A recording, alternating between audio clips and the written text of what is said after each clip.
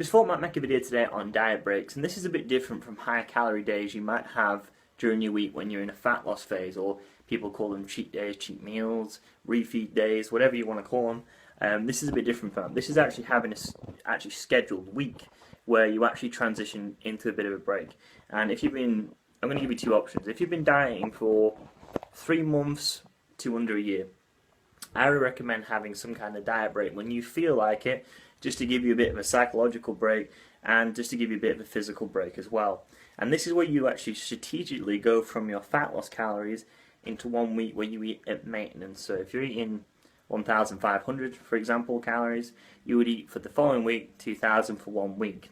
And this is usually increased by the amount of carbs you eat, primarily. And you would normally keep your fat and protein the same. And in this week, you might actually lower your cardio sessions by 5 to 10 minutes each session while maintaining your weights. And then the following week, you would get back on to your normal diet and normal cardio regime. So you would then reduce the carbs back down to the 1,500 calorie level.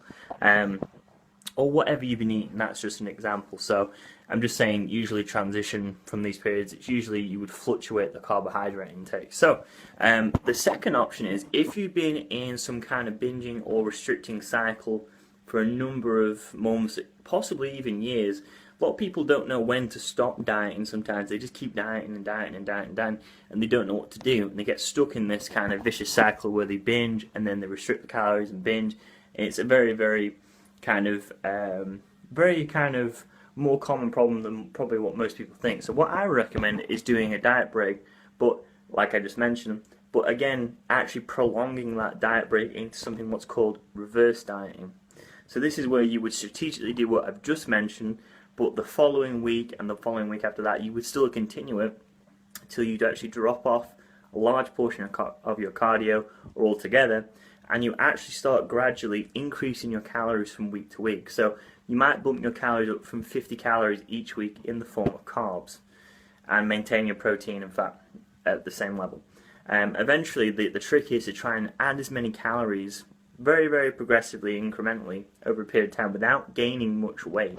Now, the benefit of this is if you manage to do it very strategically and very slowly, at the point you're not gaining that much weight, but your calories are going up, eventually, say if you did this for a very generous amount of time, it's very tricky for people to do this, but if you manage to do this, if you do it over 3 months and you manage to bump your calories up to, say, 1,000 more, 1,500 more, and you gain very little weight, say you've gained 2 pounds in that time, which is doable. I've seen people do it, but it is quite tricky. Is the fact that you've actually bumped up your maintenance calories. So if you wanted to lose 2 or 3 pounds, it's totally cool. But you can actually lose weight on higher calories, and that's the whole point.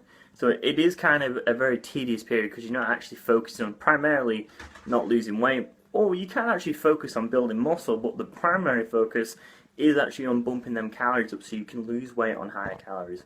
So that's what I recommend. If you've been dieting for a number of months or less than a year, I'd have a diet break when you feel like it, just to give yourself a kind of psychological and physical break.